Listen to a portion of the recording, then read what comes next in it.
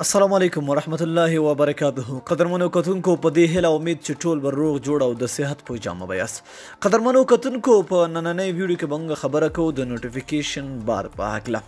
دوستانو تاسو دلته کتلی شئ چې په دې نوټیفیکیشن کې موږ سره وای فای ده، موالیم دی، بلوټوث دی او داسې نور ایروپلین موډ دی او داسې ډېر په دې کې هغه آپشن دي کومې چې مونږ نه دي راوړي، هغه کمپنۍ والا دلته خپله اچولي دي.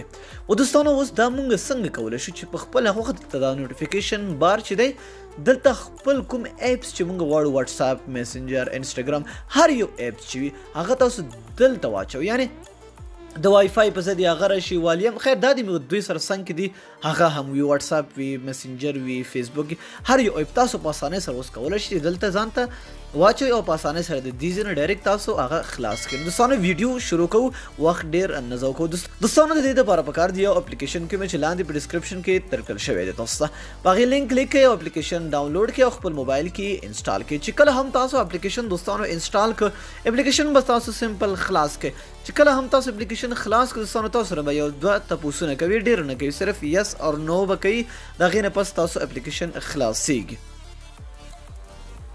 چې کله هم اپلیکیشن تاسو خلاص ک دوستانو تاسو ته به دغسې یو ډیشبورډ راشي. دا د تاسو ته ښکاري. دوستانو ما الریډي فیسبوک، واتساپ، میسنجر اچولی. دلته به تاسو ته ایپ 1، ایپ 1، ایپ 2، ایپ 3 وي. سمه ده. نو تاسو د دې اوس د مثال په طور ایپ 1 په ځای زه اچوم. دلته دا فکر وکړئ چې دلته ایپ 1 داسې ایپ 4 ګورئ ایپ 1، ایپ 2، ایپ 3، ایپ 4 یعنې یو دوه درې څلور. دلته به تاسو په دې سلیکټ باندې کلیک کړئ چې هر یو اپلیکیشن ستاسو خوښه وي همغه پکې واچوئ. د مثال په طور ګورئ دغه فیسبوک دی، زه فیسبوک لرې کومه، زه دلته اچوم یو بل آپشن.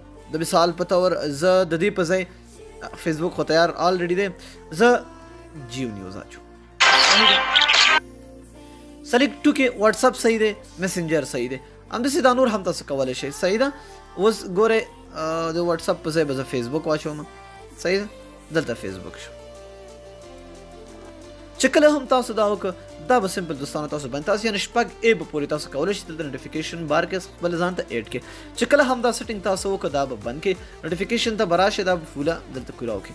دلته تاسو دغه درې ټکي ښکاري، دا کوم چې درې ټکي دي په دې به تاسو کلیک وکړئ او دلته به تاسو بټن آرډر باندې کلیک کړئ اولني باندې.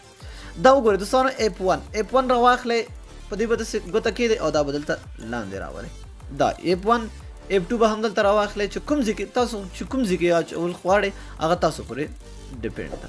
ایپ 1، ایپ 2 خو چې کله هم وشو تاسو به په دې ډن باندې کلیک کړئ. چې کله هم په ډن باندې تاسو کلیک کړئ نو دوستانو دلته وګورئ فیسبوک، میسنجر، ګورئ په فیسبوک باندې کلیک کړئ ستا فیسبوک به تاسو خلاص شي. همداسې ګورئ جیو نیوز ګورئ او همداسې هر یو اپشن تاسو غواړئ دلته ایډ کولی شئ په خپله خوښه. سمه ده دوستانو. نو که چېرته تاسو واپس لرې کول غواړئ دلته راشئ واپس او همدې سیټینګ ته راشئ، بټن آرډر ته لاړ شئ، دا به واپس تاسو همداسې بره کړئ، ګوته به پرې کېدئ او بره به کړئ او ډن باندې به کلیک کړئ. چې کله هم ډن باندې تاسو کلیک وکړه نو ګورئ ستاسو آپشن یې هملته نوټیفیکیشن یې واپس خپل ځای ته راغلی. دوستانو ډېر یو زبردست اپلیکیشن دی، ضروري خپل موبایل